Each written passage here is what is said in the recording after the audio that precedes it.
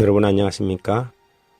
말씀으로 하루를 여는 천수답의 새벽 묵상, 오늘은 열왕기상 11장입니다. 그대 자신을 다스리지 못한다면.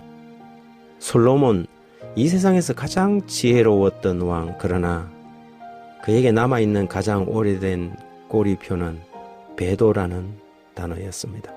하나님이 그에게 주어서 온 나라 백성과 이방 군왕들의 부러움을 샀던 왕이 가장 어리석고 미련한 선택을 하게 된 까닭이 무엇일까요?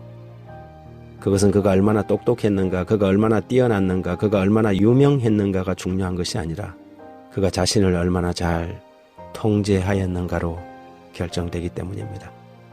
솔로몬은 나라의 국경을 넓히고 군사력을 갖추고 온갖 학문을 섭렵하고 지혜의 말씀들을 베풀었지만 정작 자기 자신을 다스린 일에는 실패하고 말았습니다.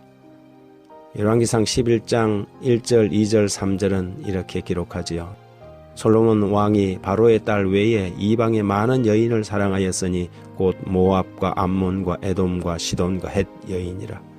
여호와께서 일찍이 이 여러 백성들에 대하여 이스라엘 자손에게 말씀하시기를 너희는 그들과 서로 통혼하지 말며 그들도 너희와 서로 통혼하게 하지 말라. 그들이 반드시 너희 마음을 돌려 그들의 신들을 따르게 하리라 하셨으나 솔로몬이 그들을 사랑하였더라.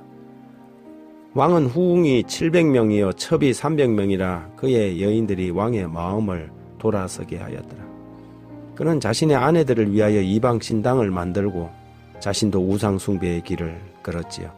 젊은 날에 하나님이 그에게 주신 지적 탁월함은 희미해지고 배도의 길에서 방황하는 동안 그의 도덕성은 약화되고 정욕은 더욱더 강화되었습니다. 판단은 흐려지고 명성은 곤두박질 치기 시작했습니다. 결국 하나님은 이 가장 비참한 왕을 떠나 그의 촛대를 옮길 것이라는 선언을 하였지요.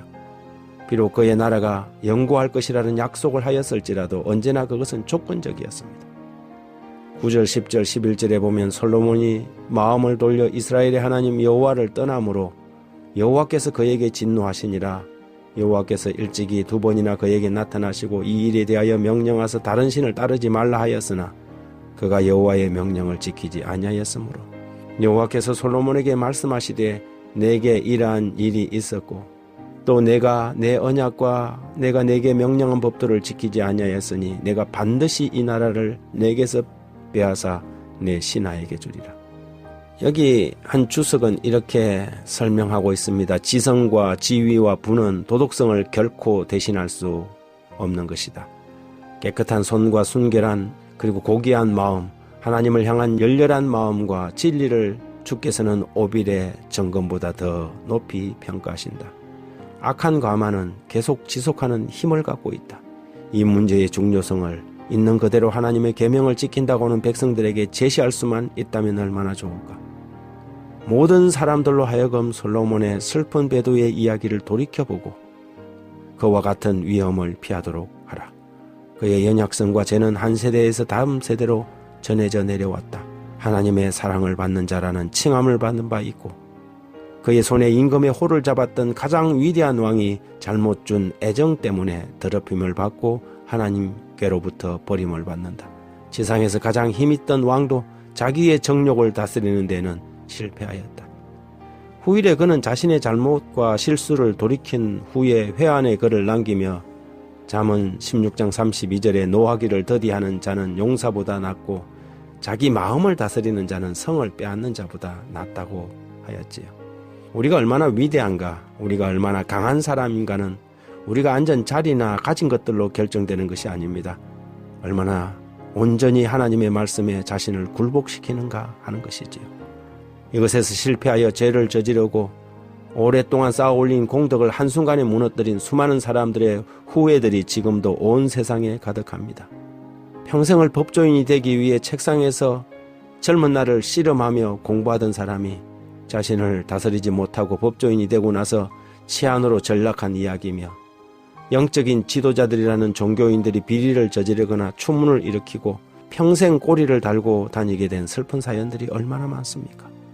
우리는 우리의 마음을 타락하게 하는 죄들과 싸울 때 정말 죽음을 무릅쓰고 싸워야 합니다. 날마다 자신을 쳐서 복종시키고 세상에 대하여 죽은 자로 여기지 않는다면 우리는 반드시 솔로몬의 슬픈 전철을 밟게 될 것입니다. 이 부끄러운 솔로몬의 이야기가 왜 성경에 기록되었을까요? 고린도전서 10장 10절 12절은 그들에게 일어난 이런 본보기가 되고 말세를 만난 우리를 깨우치기 위하여 기록되었느니라. 그런즉 선줄로 생각하는 자는 넘어질까 조심하라. 하나님 아버지, 이 이야기는 솔로몬만의 이야기가 아니라 우리 모두의 이야기요, 우리가 깊이 생각해야 할 우리의 문제입니다.